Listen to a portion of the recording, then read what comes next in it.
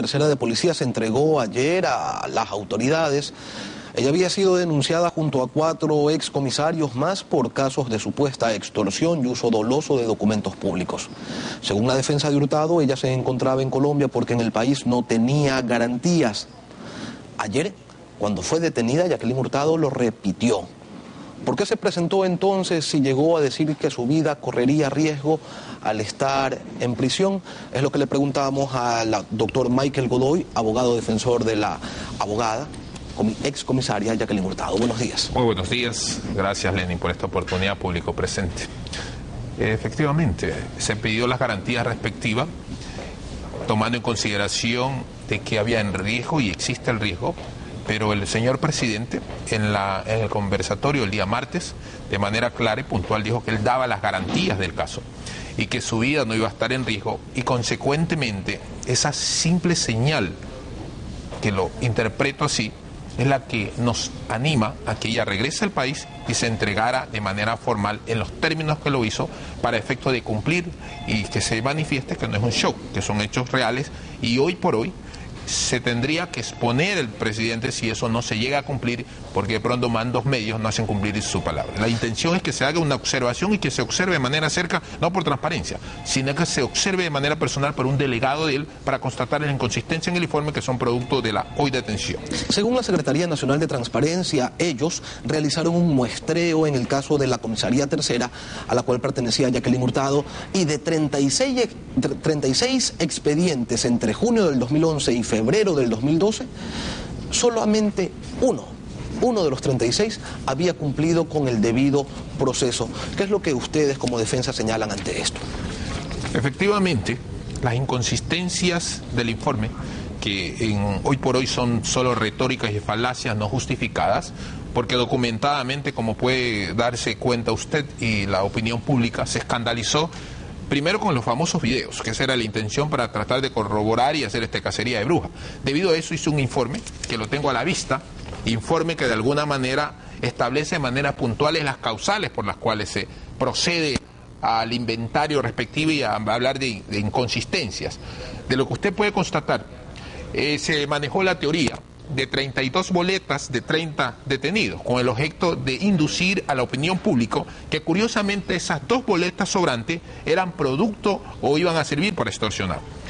Curiosamente, con la transparencia entre comillas, proceden a mencionar la misma boleta, como lo exhibo en las cámaras respectivas, lo ponen 2 veces, de manera intermedia en la última, el número 077088, para efecto de justificar las 32 boletas. Pero, oh sorpresa, esta misma boleta se trataba de un mismo detenido que de manera equívoca mandan y remiten oficios por parte de la policía, en la cual inducen al error de manera involuntaria. ¿Usted está diciendo que la Secretaría Nacional de Transparencia forjó pruebas o se equivocó a propósito?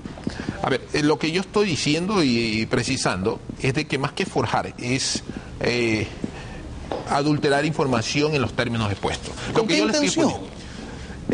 Es un asunto netamente más político que asunto legal, porque cada caso y cada hecho manifestado y expuesto he podido documentadamente justificar, cosa de que Transparencia armó el show, procedió a manejar, a cuestionar, pero sin soporte. La pregunta es la siguiente. ¿Un asunto político que termina perjudicando políticamente al mismo gobierno?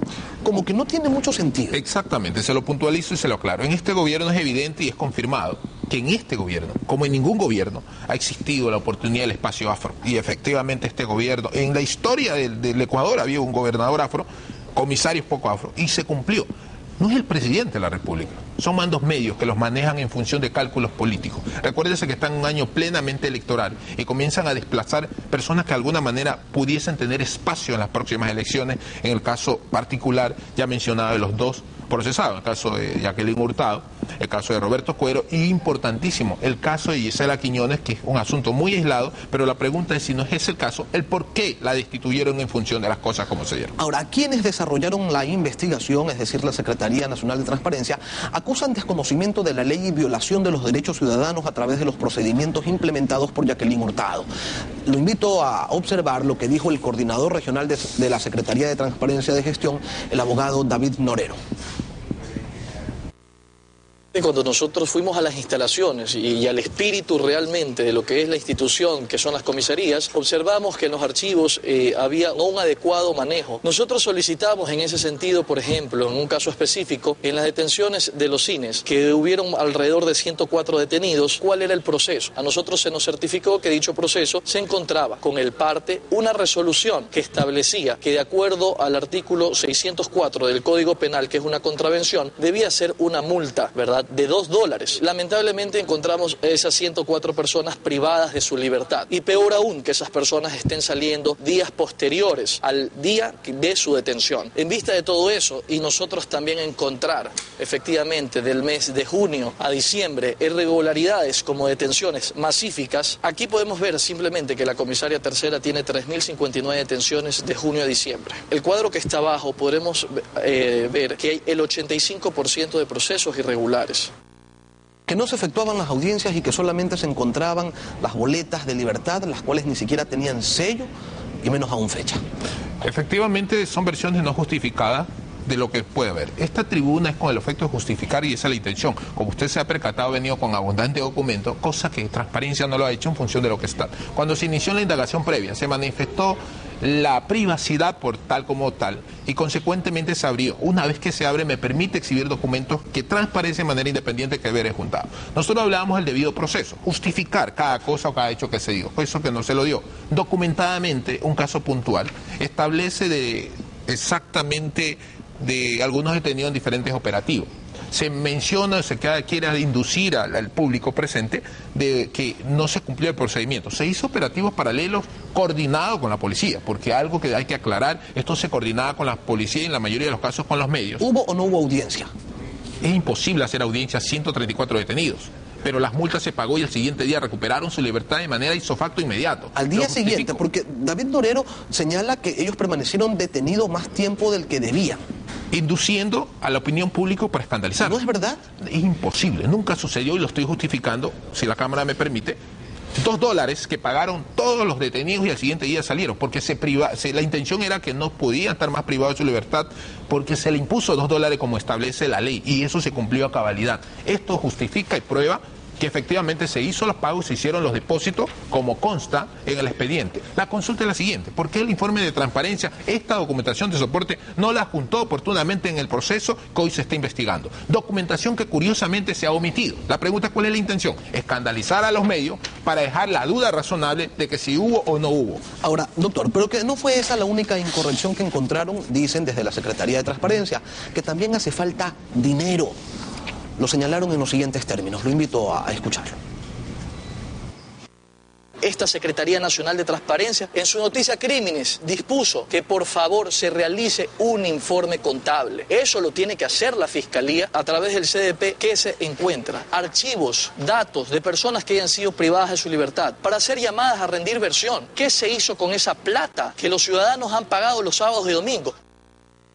¿Qué se hacía con esa plata que se pagaba sábados y domingos y que no podía ser cancelada en el banco porque no hay entidades bancarias en esos días? Puntualicemos dos cosas. Lo que dice el señor David Norero en función de lo que se puede justificar o probar. Aquí están los pagos realizados financieros, de los pagos y depósitos. Hay informes financieros día, mes a mes. Estos informes financieros es el soporte documentado de cada preso y en cada circunstancia. Es falso. Documento. Esas son las papeletas de depósito del Banco Nacional de Fomento, que es donde se tiene que cancelar las multas por las contravenciones. Exacto, cada familiar hace el depósito correspondiente y esa es la antesala para proceder a la boleta de libertad. Tanto así que después de los depósitos, los informes financieros que dice ellos que no les remitieron, que eso es falso, con fecha 10 de marzo ellos solicitaron y se le obtuvo porque hubieron 2 delegados que firmaron y suscribieron esos documentos. Este soporte documentado es el que exigimos, porque Transparencia no las presentó y no las evidenció de manera puntual, descartado en base a la documentación que oportunamente le haré llegar para el soporte respectivo del descargo, porque yo sí sustento lo que digo y lo que manejo independiente del discurso, que esa es la idea. En el caso del CAPI, es importantísimo puntualizar.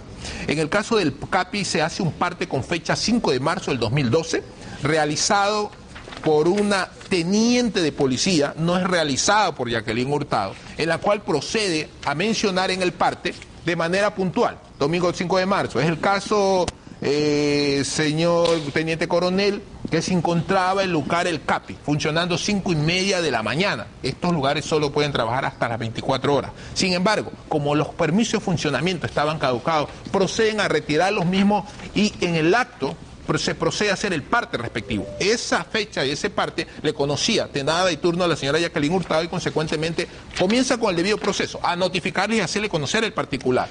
Notificados, en el acto omiten y le restan importancia al mismo y proceden a restar la importancia. Procede a hacer la resolución 8 días más. 8 días posterior hace la resolución con la causal en el acto de proceder a clausurar en mérito de la falta que estaba incursa. Pero eso lo hace una teniente y no lo hace prácticamente Jacqueline Hurtado como lo querían manejar oportunamente. Dada la circunstancia en el procedimiento policial realizado por el subteniente Paul Noriega, dice de manera textual, Gonzalo Ortega Pacheco, el mismo que faltó de palabra, lo dice el teniente, no le dice Jacqueline Hurtado, abogado, a la señora comisaria y no permite que realice el proceso normal de clausura. Por eso se dio la detención del abogado en referencia y consta y confirma, motivado en el parte de detención, las circunstancias por las cuales. Y lo detiene el teniente Noriega Cristian Paul, no le detiene Jacqueline Hurtado. Abogado, para ir culminando, los investigadores de este caso también han señalado que los comisarios, y entre ellos su defendida, no colaboraron con la investigación. Lo dijeron en los siguientes términos. Nosotros vemos hechos jurídicos confrontados eminentemente a un asunto moral. ¿Cómo podemos decir que nosotros estamos haciendo algo político cuando existe solamente de junio a diciembre 10.653 detenidos? Yo oportunamente el 16 de marzo yo les dije a las comisarias que por favor me den información respecto a lo que ellas llevaban. Nunca se me entregó información al respecto, jamás. ¿Entregaron? ¿No entregaron? ¿Qué pasó? Efectivamente, como le justifiqué con el acta que exhibí en las cámaras, la información se entregó. ¿Cuál es el asunto? La cacería de brujas. La intención básica era que el día que presuntamente pedían información, los querían sacar como delincuentes comunes a cada uno de los comisarios, apresándolos. Recuerde cuando dice el ministro del Interior que regresaran a sus puestos para efecto que le dieron un informe. La intención básica era que regresaran para apresarlos y ponerlos como vulgares delincuentes, que esa es la intención y el objeto en sí. Entonces no solamente es la Secretaría, es también el ministro del Interior quien persigue. Básicamente les pongo que esto lo maneja David Norero, propiamente dicho, en función de que recuerde usted la fecha cuando se le pidió la renuncia al exintendente Julio César Quiñones. Curiosamente, amigo de David Norero, compañero de universidad, igual que Hernán Ulloa. Pregunto, si los actos de corrupción expuestos eran con anterioridad, ¿por qué se no lo expuso y tuvo que permitir la salida del amigo? Cuando se afectó al amigo, inmediatamente Transparencia se recordó del soporte documentado. Consulto, si son actos de corrupción presuntamente con anterioridad, ¿por qué no lo expusieron? Pero es algo importante que hay que aclarar. Esto es el inicio. Mañana o pasado, estas versiones que voy a decir y las voy a puntualizar, tenga la seguridad que va a decir, no es que el abogado es Nostradamus adivino. Hoy día se va a dar una audiencia de vinculación que le va a ordenar la prisión preventiva, porque esa es la orden de que le ordene la prisión preventiva. No se le va a dar medida sustitutiva porque va a decir que los méritos son insuficientes y consecuentemente le van a mandar a la penitenciaría. El señor presidente de la República se ha expresado y manifestado que efectivamente le da las garantías. Garantías que tiene que estar pendiente, que se cumple por los mandos medios. Ojo, porque esto se llama cálculo político. Le digo al señor Norero, yo también leía a Nicolás Maquiavelo. ¿Qué es Nicolás Maquiavelo? Efectivamente, un gran jurista en función. Pero algo importantísimo, después que le ordenen al juez que le den la libertad con medida sustitutiva o prisión, va a abrir un nuevo expediente que se llama nada más utilización de documentos falsos. No hay caución, no hay fianza y consecuentemente van a estar apresados. Después de estos hechos va a decir la opinión pública, el abogado no es adivino, es cálculo político, porque yo sí sé leer entre líneas lo que se va a manejar y lo que se va a dar. Agradecemos la presencia del abogado Michael Godoy, defensor